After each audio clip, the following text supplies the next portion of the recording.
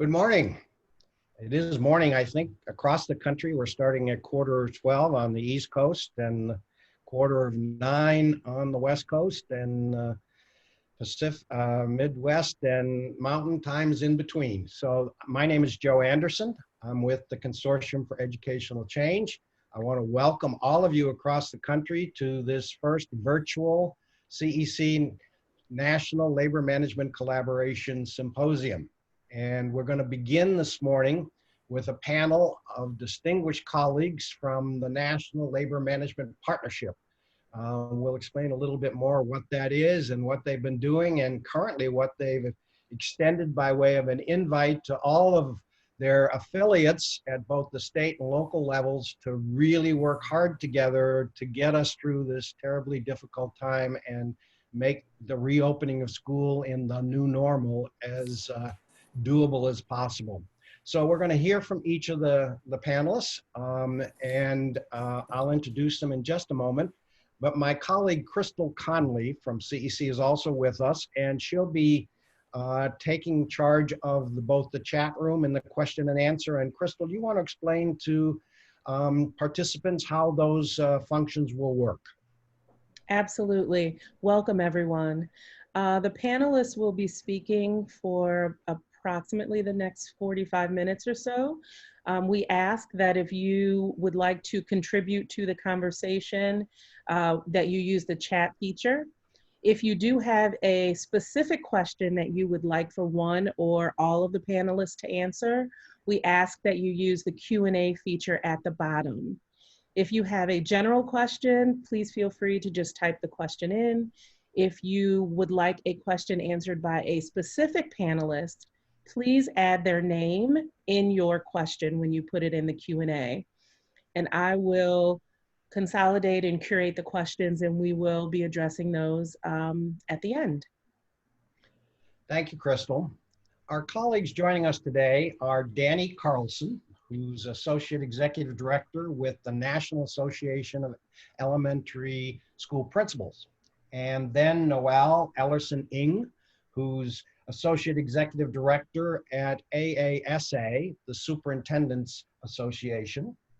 And then joining with us is Chip Slavin, who's Chief Advocacy Officer for the National School Board Association. And then Marla Uccelli-Kashyap from the AFT, American Federation of Teachers, and Andrea Walker with the National Education Association Chief Strategy Director. By the way, Marla's role is Senior Director for Educational Issues at AFT. So we're going to begin in the reverse order in which I just introduced you, and would ask that Andrea begin and tell us a little bit about why we're all here today. Sure. Thanks, Joe. And thank you to CEC for being a great partner to all of our organizations over time. It's really good to be here with all of you in this virtual space, many of whom we've actually learned from throughout your labor management collaboration efforts, and have formed the basis for the documents that we're sharing today. Now, our National Labor Management Partnership is a coalition that includes the national associations for the country's educators that you see on some of our screens today. It's your unions, which is NEA and AFT, representing teachers and education professionals. It's the superintendents from the state and district levels. It's principals from elementary and secondary schools, and the school boards from across the country. And this group recognizes that when our organization and leaders work in partnership, it helps to foster an authentic culture of collaboration in schools and communities that has many significant and positive benefits for students in teaching and learning. And we know LMC is not new, and we certainly didn't invent it. Y'all have been doing it across schools and districts for decades, and have been supported by the Teachers Union Reform Network and CEC. And at the national level, we see our role as amplifying, promoting, and supporting the good work that's happening across the country, and the ways in which we can help grow the efforts into a lasting system of authentic partnership and collaboration that sustains educator involvement in the decisions of teaching and learning in communities across this country.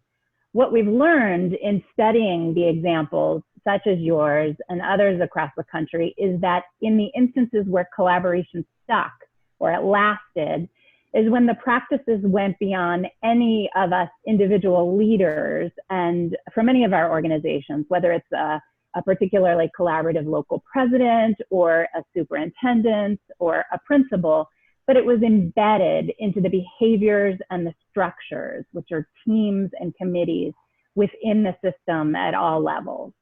And after seeing the ways in which some of these states and districts were beginning to build the structures, such as those in Illinois, in California, in New Jersey, among others, in 2018, this group issued a call to action for collaboration across our members, where we encouraged our leaders and our entire associations to get started and to promote an environment of shared decision-making and shared responsibility in teaching and learning for the nation's students. So we'll hear more about that in a second.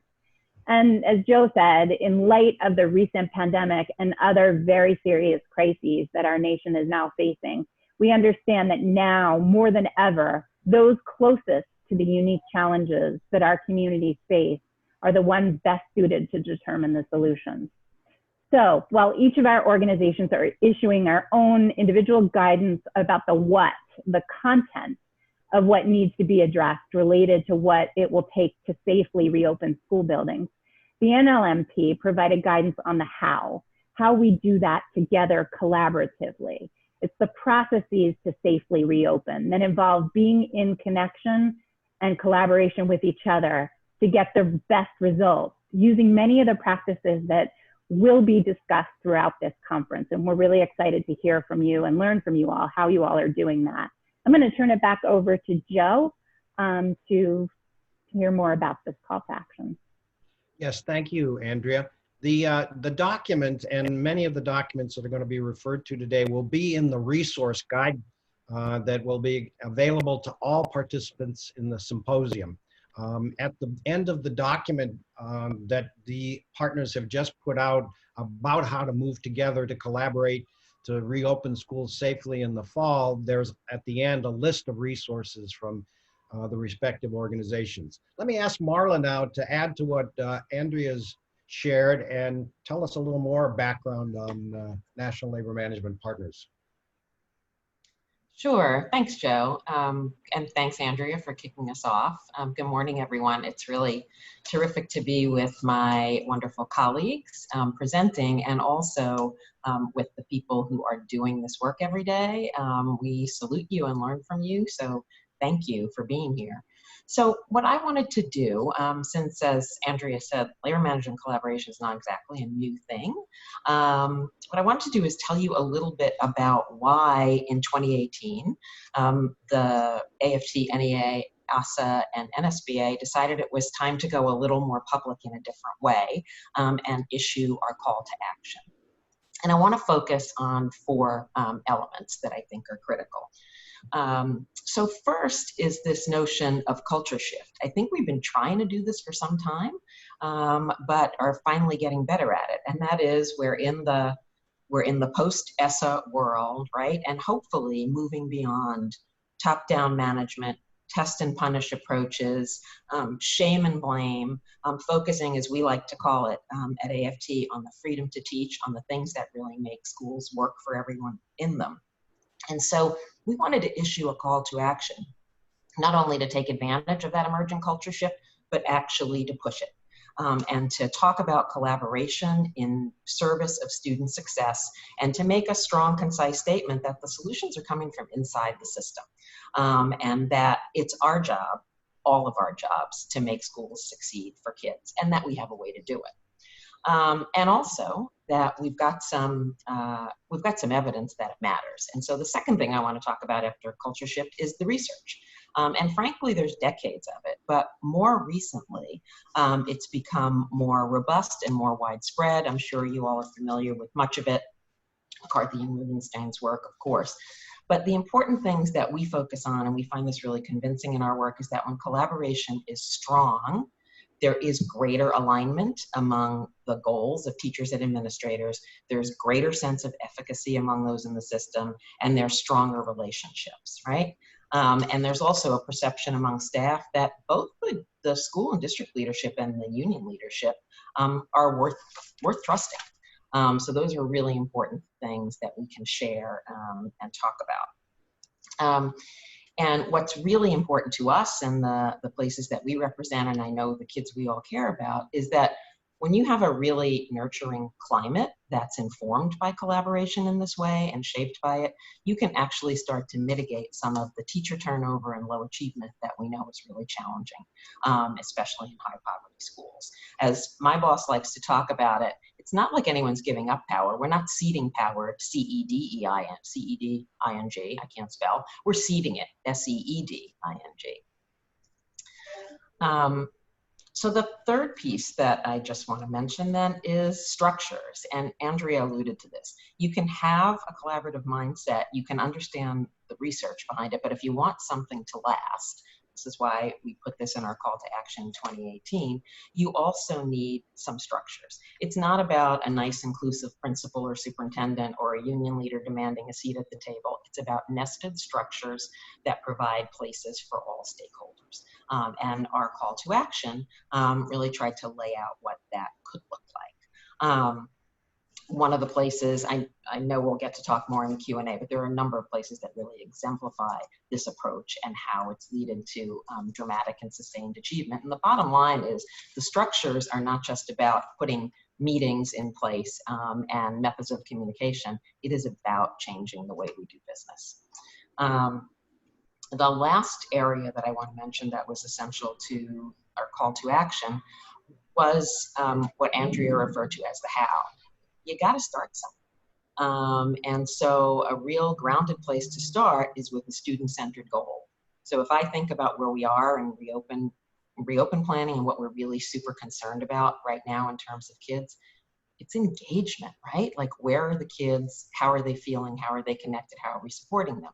So if you think about that, what do? You want to gather data on what that looks like. You want to form a group that can engage with it. You want to loop in partners and be able to draw on the university, the community, all those things.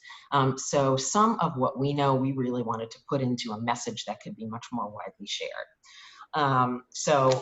This labor management collaboration is not so much rocket science as it is relationship science. And the last thing I'll say is that collaboration, we constantly have to remind ourselves of this, I know I do, is not just for people who get a paycheck or for people who get elected or appointed to a school board or to a role in the system.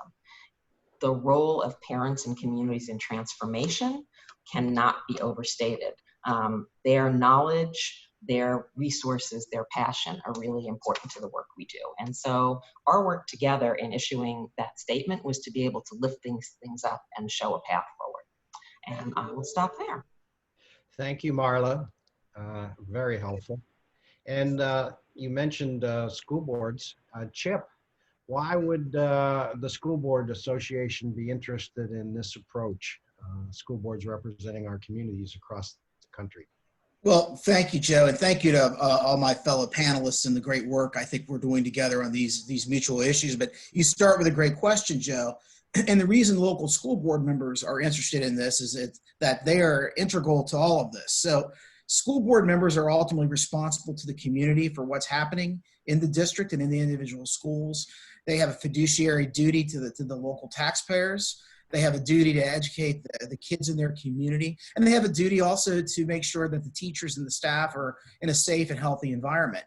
And to really do that well, you've got to have a really close, good working relationship with all the key stakeholders involved.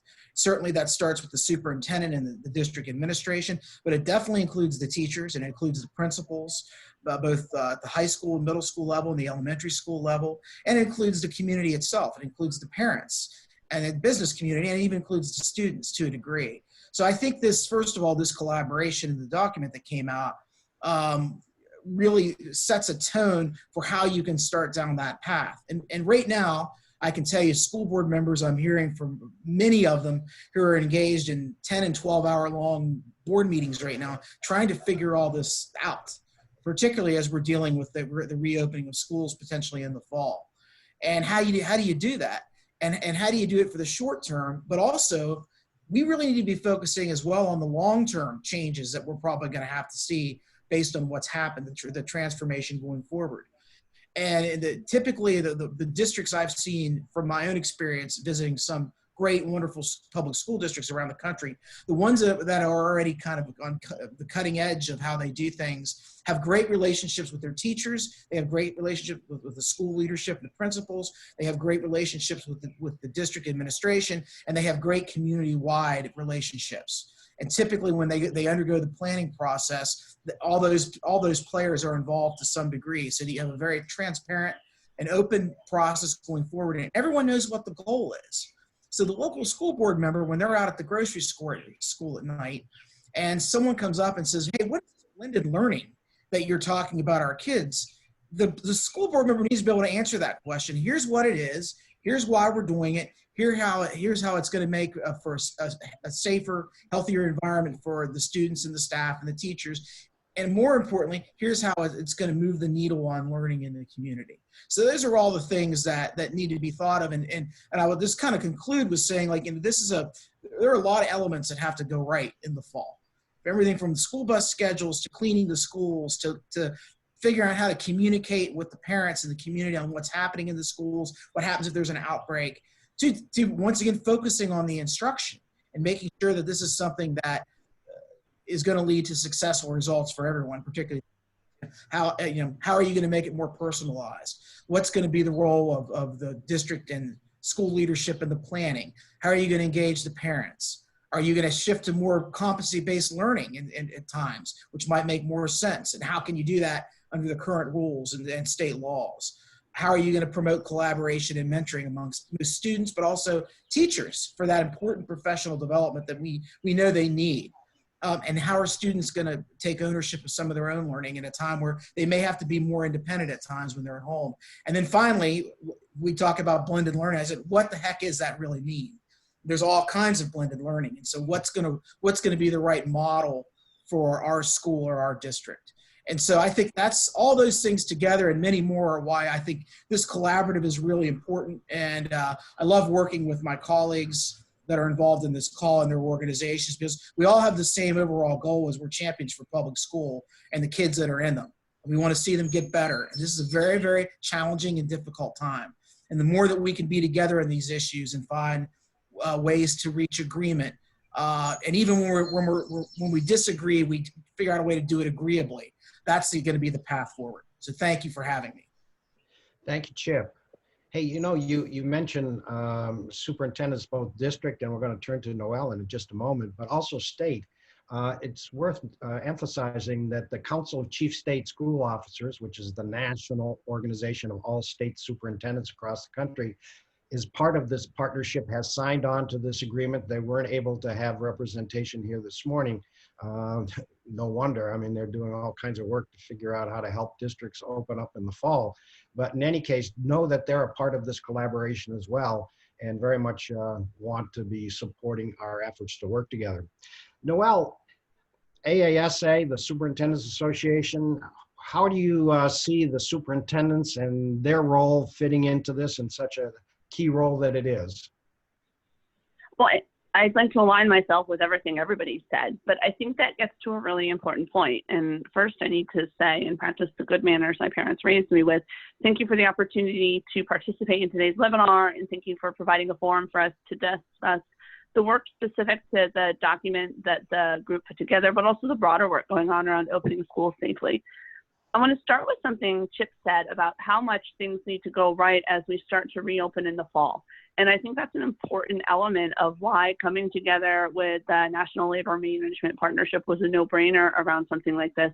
But even before we get to the luxury of the fall, so much needs to go right between now and then before schools will even have an opportunity to implement their plan. And I think outside of all of the absolute uncertainty that goes into how to reopen schools in the fall in the post or concurrent COVID climate, something that is overwhelming and potentially frustrating is that school districts could dot every I and cross every T and work collaboratively with all of their players, but schools don't happen in a vacuum. And for better or for worse, however broader society decides to wear a mask or not wear a mask or socialize and not socialize, is going to absolutely impact every type of plan a district has in place.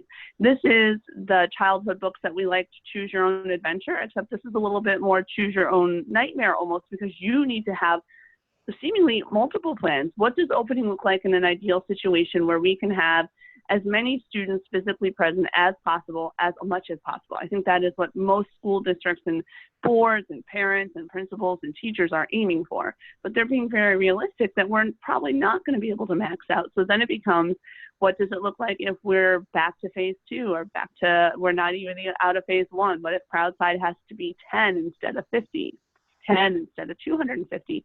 And that's a very different type of planning because it's parallel planning. So that's just getting from here until the fall, which is in and of itself an observation, because schools will start as soon as 6 weeks from now in some states. And that is really intense to think about. And so having a plan like this, participating in the National Labor Management Partnership, this document, and we were relatively late in terms of coming to this document of itself. The way we do advocacy is much like school districts operate day to day, which is much like this document was drafted. Superintendents don't lead on their own. I'm sure sometimes it may feel like they do, but they lead in coordination with their school board and their business officials. They don't run that district on their own. They run that district with their school board members and their school business officials and their principals and their teachers and their community members. And the idea that we at the federal level would try to get some policy win just for the superintendents, that's never going to hold any water. And we know that long term, any sort of plan that's going to get implemented to any level of fidelity is going to be one that has broad buy-in, and people buy into that which they have a hand in creating. And so we have this plan, we have this document, we have this robust set of information. And sure, maybe my mom is a teacher in upstate New York. She didn't help create this plan, but she sees her union was involved. And so that's buy-in for her. She's like, okay, teachers were at the table. And so my superintendent, Mr. Turk, is saying that we're going to follow elements of this recommended practice, but I see that my voice was represented. And I think the content is rich. The organization is really clear and concise, but I think it's the collaborative nature that allows people to understand that their voices are heard and reflected. And that's the why for us. And that's the how, although the rest of the how is to be seen. So I'll leave it there for now, Joe. Thanks, Noelle. Danny, talk about how critical the principals are. They're kind of the connectors here between what's happening at the district and what's happening in the schools, and somehow put in the middle of having to hold all these pieces together. How are you seeing the principals in this process, and why you all have signed on to this endeavor?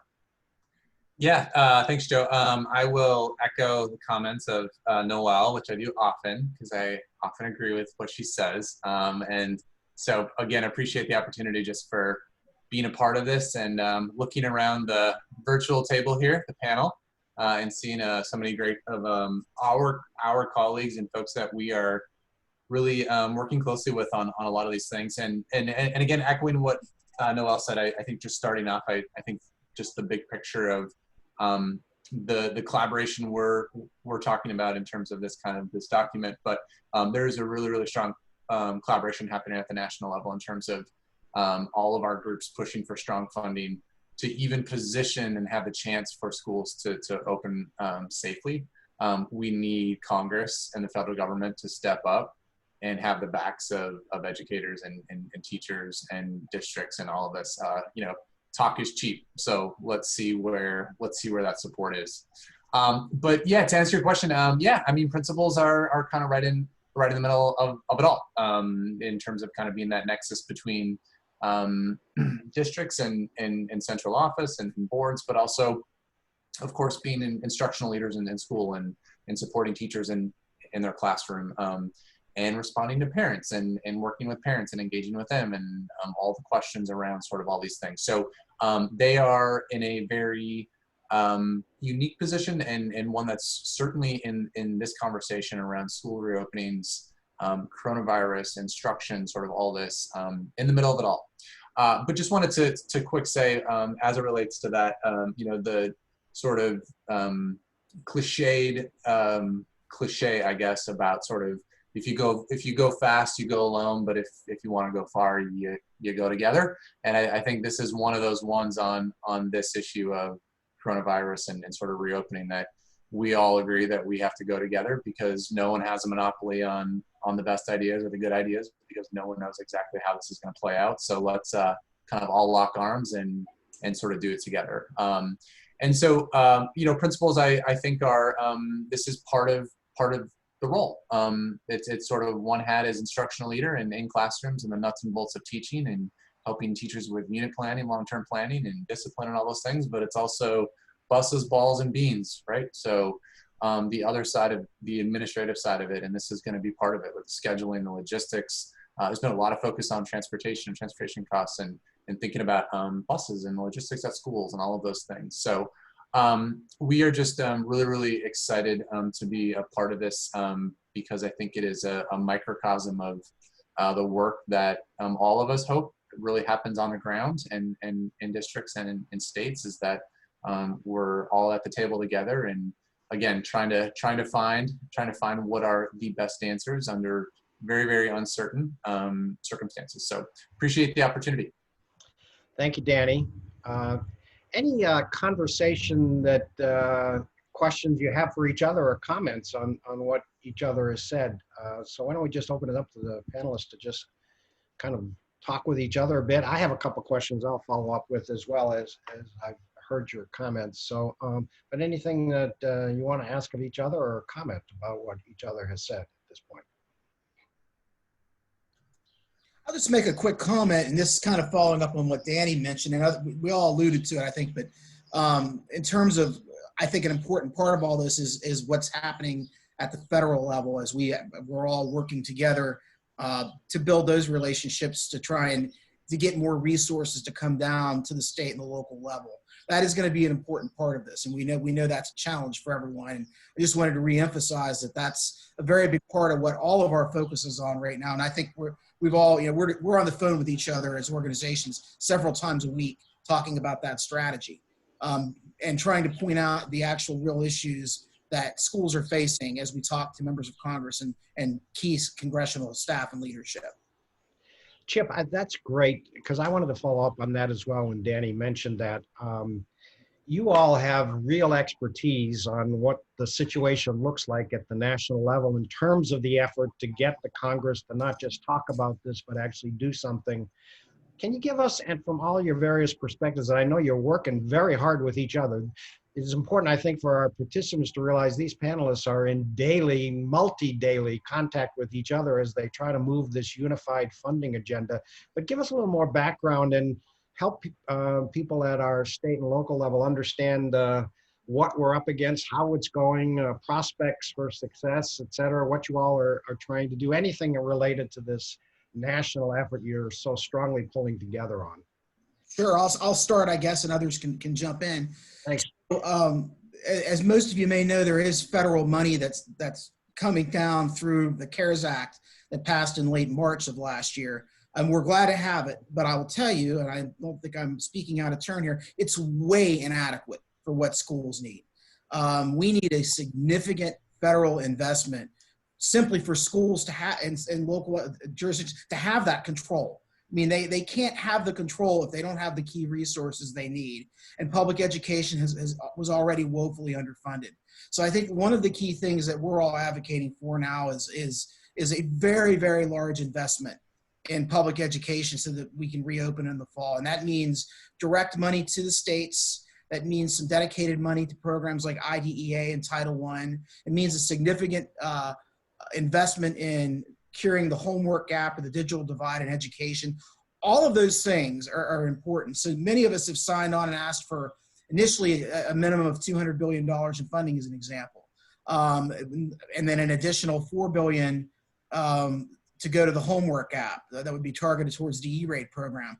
Those numbers are actually probably, as asked, I think are going to be going up by many of our organizations as we go forward. And right now, even with the House legislation that just passed, I think $58 million was what was appropriated in that bill, which has yet to pass the Senate and may not pass the Senate. So we have a lot to do going forward. We need a lot of help from you all, I think, in helping us tell your stories. We're working very hard, but I'll let others sort of jump in.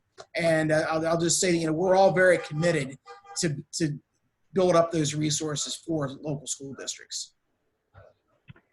Yeah, I'll just say that, that as decisions are made, both operationally for the safe reopening of school buildings and what it's going to take for meaningful learning for students, what we're seeing are communities explore options, which is what parents and communities and students want.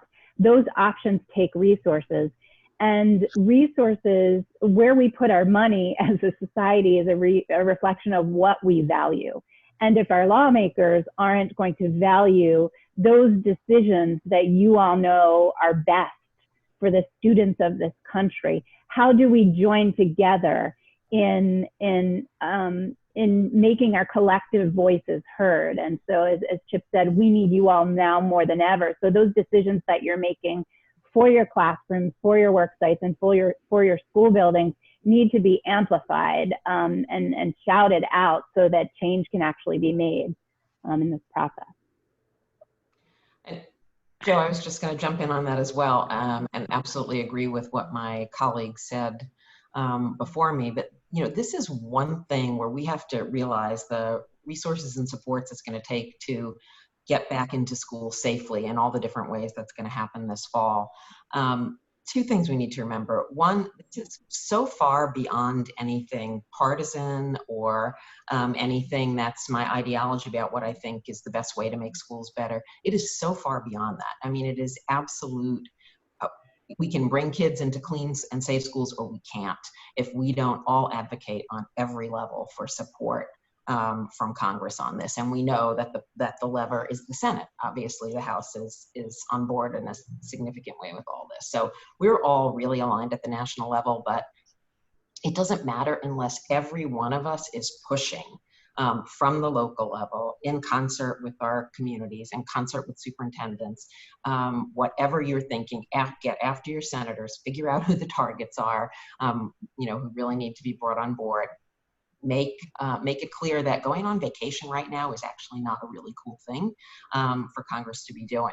The flip side of that I think is really important for us to know, and I think we got that sense from some of my colleagues here, the real down and dirty and the challenges of implementation are being faced on the district level.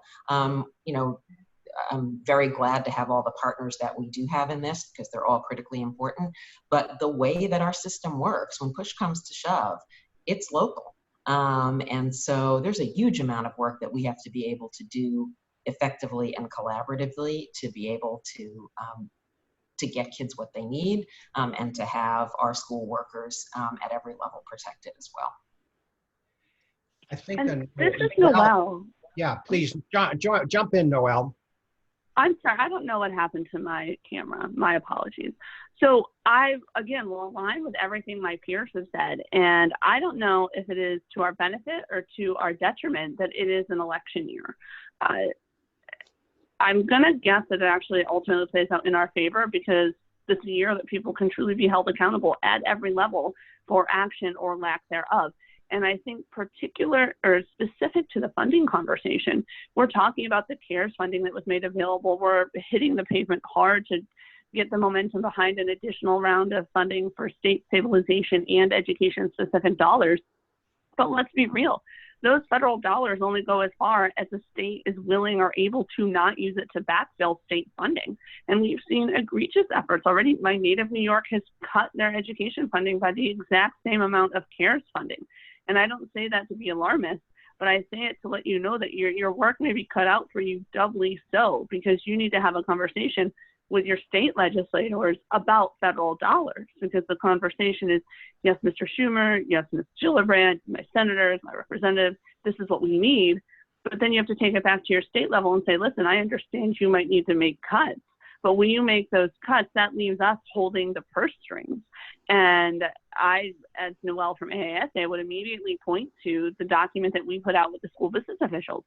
We were able to calculate that on average, it's going to cost a school district $1.8 million in COVID compliance costs alone to reopen this fall. That's to keep socially distanced spacing on buses. That's to have increased janitorial and cleaning services. That's to have PPE and masks and cleaning supplies. That's just additional costs, not including what we're talking about for staff costs, because we're going to need more teachers. We're going to need more people. And they don't come cheap, and they certainly shouldn't come cheap when you are asking them to very literally put their life and their health on the line to ensure the safety and health of the students that they serve. And so this is now more than ever. Yes, Danny and the NEA team and the AFT team, we all have lobbyists. We're all good at our job, but our voice is nothing compared to the weight of yours. And I know it's a hard time to do this work, but weighing in is the pressure that they need. And that pressure is often sometimes the cover they need to vote, because again, so many of these people are up for election. And if you happen to be on one side of the aisle that tends to prefer fiscal restraint and discipline, particularly when it comes to domestic spending, you need cover to take those votes. And the only way to get cover is from your constituents telling you. So you can point and say, I heard from 4,000 superintendents, school board members, and principals over the August recess that they needed this funding. And the last thing I'll say is that when you do that advocacy, that's what your professional organizations are here for. It is our job to support and serve you. It's a member benefit of belonging to organizations like NSBA and elementary school principals and NEA and AFT.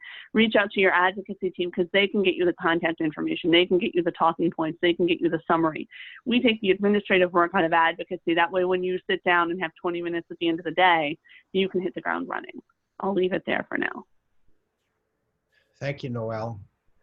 I would just emphasize what you said. We used to, when I was at the U.S. Department of Ed as a senior advisor to Arnie Duncan, we used to talk about the organizations that were like the spaghetti strand. That's kind of a metaphor that they had representation at the national, all the way down and up and down the system, from national to state to local, et cetera.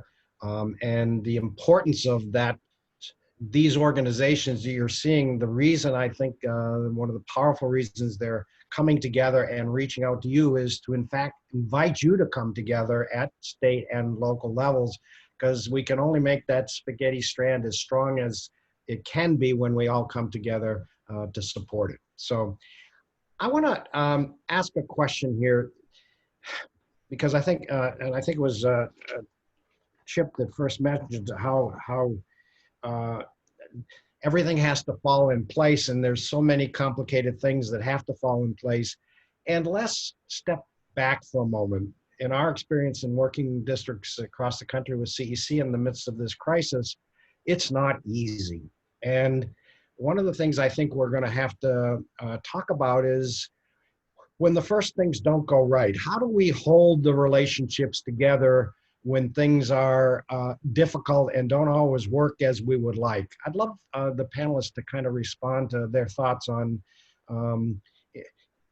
in the struggle to make things work when they don't, how do we kind of recover our footing and still move forward together? Any thoughts on that? Anybody?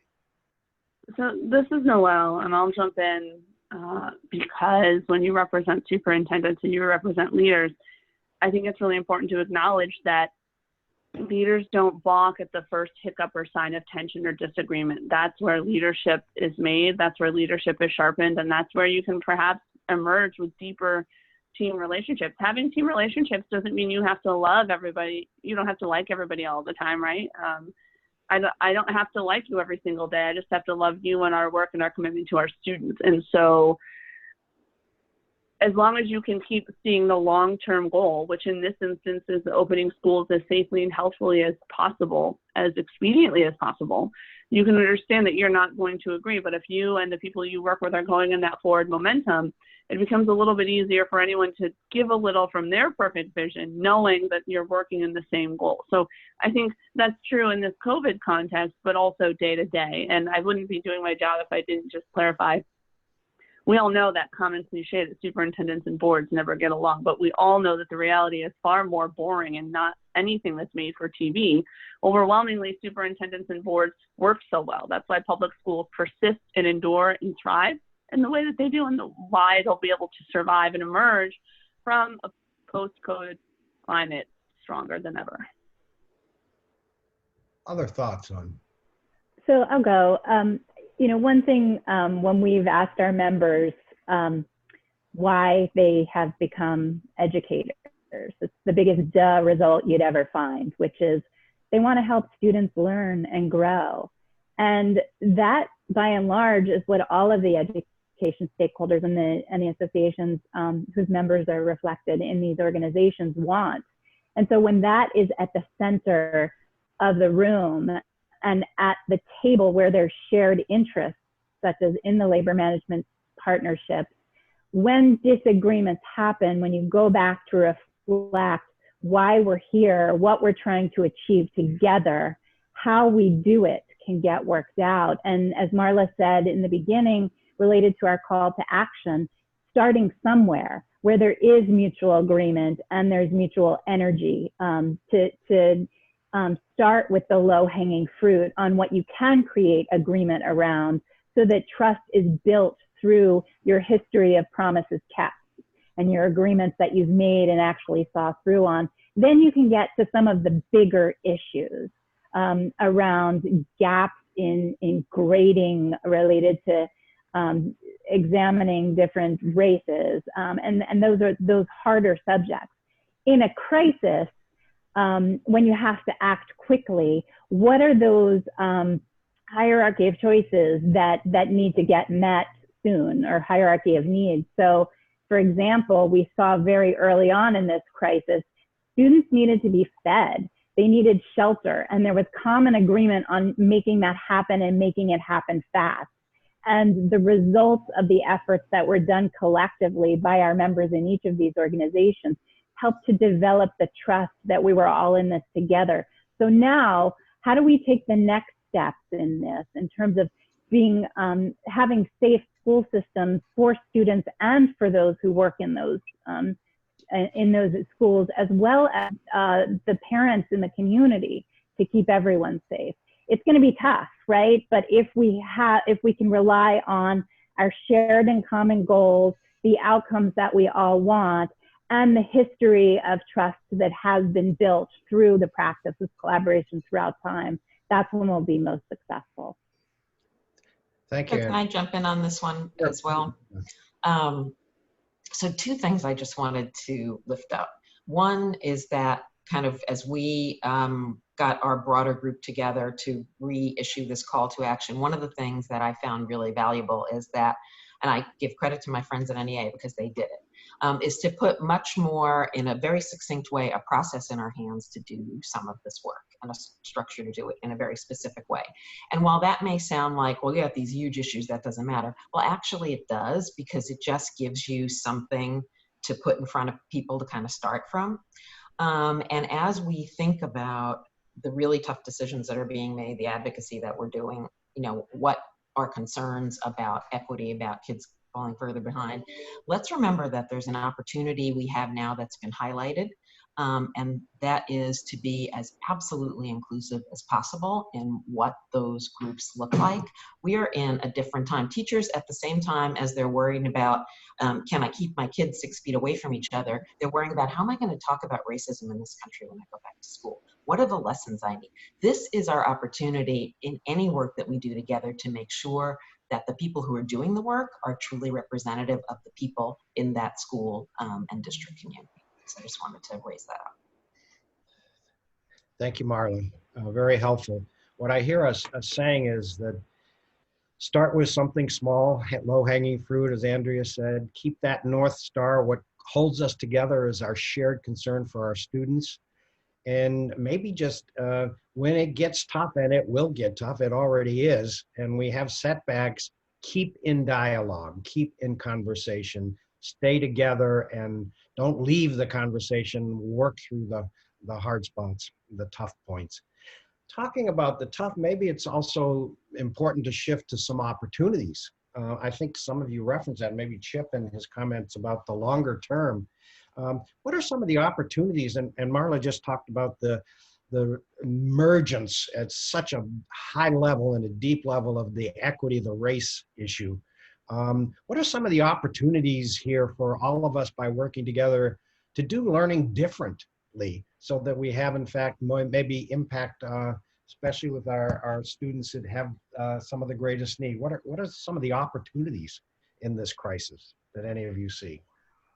Well, I'll jump in since you referenced me, Joe, and it's something I think is really important. So some of the opportunities are, we had all these kids that went home suddenly, obviously, and they started working online in a variety of different ways and different models, and some were really good and some were not as good. And I think the main thing is schools were really trying under a very difficult circumstance to provide the services for kids that couldn't physically be in the building anymore.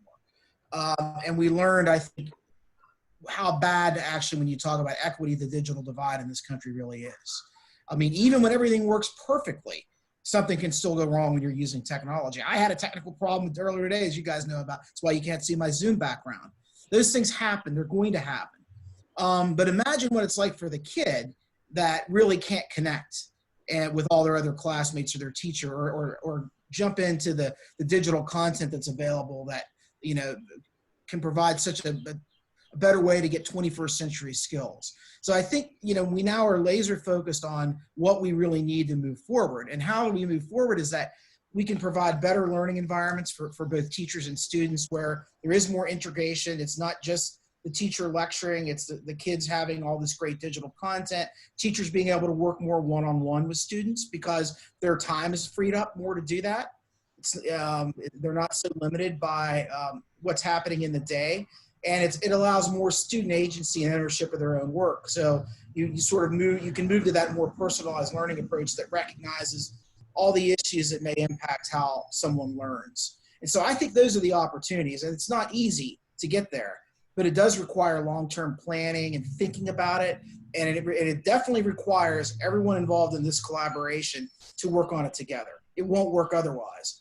But I'll end with saying that one of the things I always hear sometimes that bashes public schools, particularly when things like NAEP scores come out or PISA scores, and the scores don't reflect what we would like them to reflect. And they'll say, well, you just can't do these things in a public school. Well, I don't believe that for a second, because I've seen many public school districts that already do a lot of these things.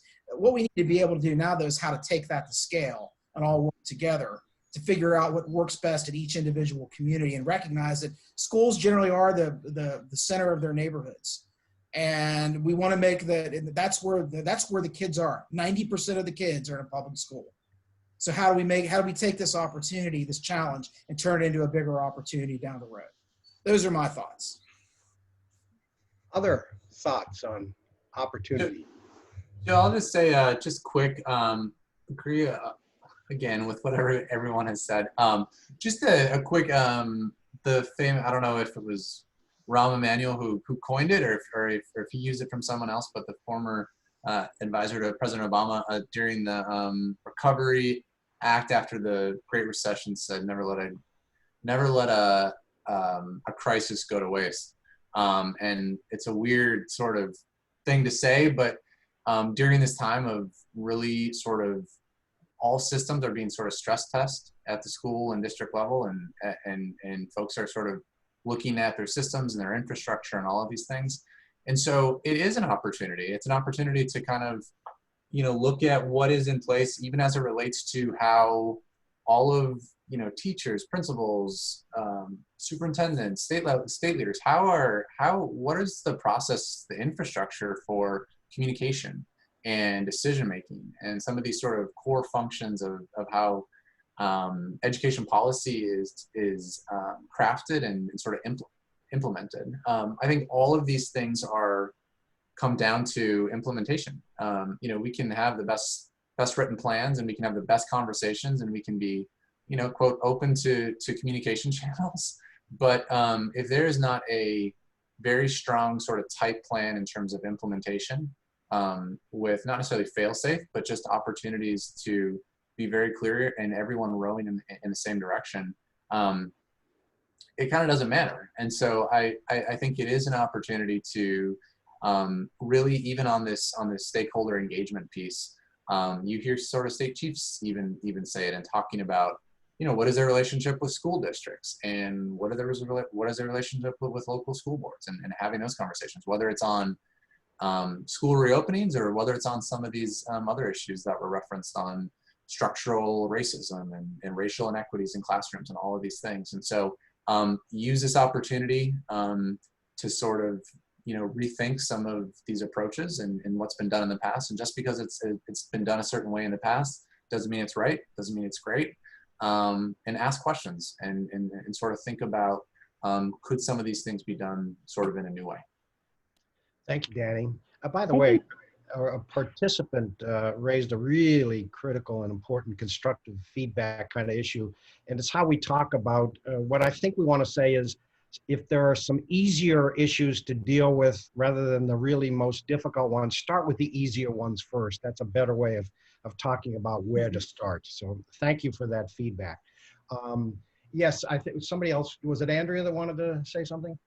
Yes, thank you. So I think what we've seen in districts and schools is when there has been the foundation of high quality partnerships with our various organizations and members and leaders within, the outcomes have been better during this time of crisis and before.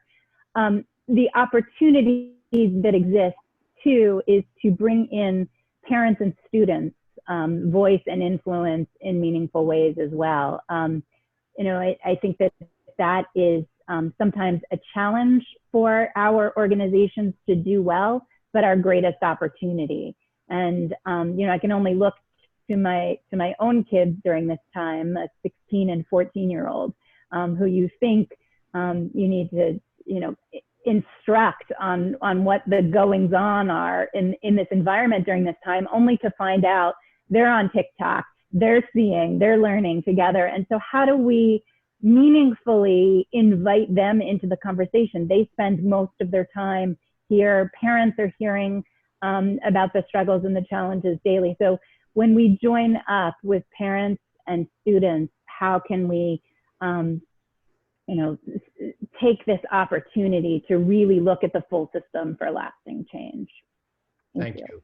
Thank you, Andrea. Hey, I want to, we've got just 7 or 8 minutes left. We've gotten at least one question in the chat box, or the question and answer box. And if others have questions, please put them in there. But Crystal, could you share with the panel the question? Sure. The question that was posed says, what kind of professional learning and/or coaching opportunities are available through the national or state associations to introduce and support labor management collaborative leadership in education systems across the country? Anybody want to take a crack at that? Sure, I'll start. Andrea. I'm sorry, I'll go real quick. So at NEA, we've been supportive of labor management collaboration processes for quite some time, but there's a new attention and energy on the innovative ways that we've seen those processes built and spread and scaled. And so our goal is to help our members and their partners see that labor management collaboration is a powerful tool for lasting voice and influence, and that they understand how and when it can be most effectively used. And so I'm going to put in the chat a website where we have many of our resources available, including a guidebook that focuses on almost the beginning to end of the full life cycle of collaboration, from preparing, how do you hear the case for collaboration, how do you share it with others and invite partners in and come up with your common goals, and then how do you actually implement it and learn about the content and the processes of how to do this well, many of which we've kind of curated from CEC and the implementation practices across the country. And then finally, how do you evaluate and use ongoing improvement processes to look at how you can sustain it and spread it. Soon we're going to be developing some e-learning that teams can use together as a blended learning process. And we're excited to share that with you all. And then finally, if there's a way to kind of broadly share the case, available to everyone is a video on this front page on some of the research that Marla shared about the benefits of collaboration. One of our local leaders said, once you hear about the significant benefits to students and to teacher retention and some of the big thorny issues that are happening in our schools, you can't unhear it. And so you have to do something about it. And so learning from the examples going around a country and conferences such as this are really helpful, and having the tools to support how you actually implement is where we're trying to help support the work, as well as for our members in local and state affiliates, grants and technical support to help you lift up the work. Other thoughts? So this is Noelle, and I head up the advocacy department. What I should do, I'm not sure if you're going to be archiving this webinar or be sending it out to participants, but the best thing for me to do is to touch base with Mort Sherman, who oversees all of our professional learning and development. He would know what webinars, cohorts, and networks we have going on, and that would include a list of anything that would be a one-off opportunity, as well as I think where most of our work is, as we have these year or 2 year long cohorts, the way that management collaboration is built in throughout that curriculum. So I'm going to say that I can follow up with you, Joe, and give you that information that could then be available in any email follow-up to attendees. Well, and we have a resource guide folder for all the participants. And so if you get that to me, Noelle will definitely put all of that in there, okay? And at the end of the document that just was issued in the last couple of weeks, the invitation to collaborate in the midst of the pandemic, at the end, there are resources from each of the partner organizations that you can look to. So we're nearing the end of our time. Any final thoughts from colleagues around the conversation thus far and guidance for our participants moving forward? Just to take advantage of this time, as Danny pointed out, it's quite a challenge we all have, but there are opportunities, and so this is a great time to get everyone together in I think in the spirit of the collaboration, work together and try and come up with some plans for how you can really move the needle forward for your students. I think this is the time to do it.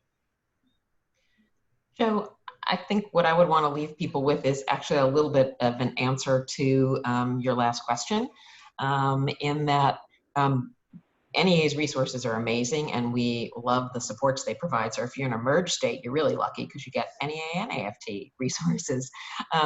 But what we try to do in the context of reopening and in the context of labor management collaboration is bring those things together in a kind of technical assistance sort of way through our regional structure of national representatives. So that what we want to do is provide both support on the content of what you're collaborating about and the ways that you do it at the same time. And so that's what we try to do, as well as holding every January a leadership institute that uses labor management collaboration to get really critical things. For the last 2 years, it's been cultural competency and culturally responsive practice. And we can share that information with folks. I'll just say real quick, Joe, thank you again for the opportunity for the National Association of Elementary School Principals to be a part of this. And thanks for everyone who tuned in. I don't know all of you because I can't see your faces and who's on, but I imagine it's a sort of cutaway of a lot of different folks. But I would encourage you, no matter who you are, superintendent, principal, teacher, paraprofessional, whoever you are, you use your voice and step up. You know, something that Noelle said rings true, and it is absolutely 100% certain is having buy-in. None of this is going to work unless there's buy-in from the people who are actually going to implement it on the ground in schools and classrooms. And so the leaders at the district, state level, if they don't have the voices of the folks who are going to be really again on the ground putting these things into practice, it's not going to work. So use your voice, step up, raise your hand, ask questions, push back. do all the things that is you know, sort of good in advocacy. So thanks again. Thank you, Danny. By the way, we should also mention that our colleagues in the National Association of Secondary School Principals have also signed on to this, but weren't able to be part of this panel, but they're very much a part of this group. That's my fault not to have mentioned that earlier. I would leave us with Danny's your recommendations. Use your voice, step up, and if there's a shared message, we're all saying, use your voice, step up, and do it together. We're excited to have you all participate in this panel and all of the participants in this symposium. We look forward to continuing conversation in the next 3 days. And thanks again to my colleagues that are part of the National Labor Management Partnership. Thank you. Thank you, Joe. Bye, everybody.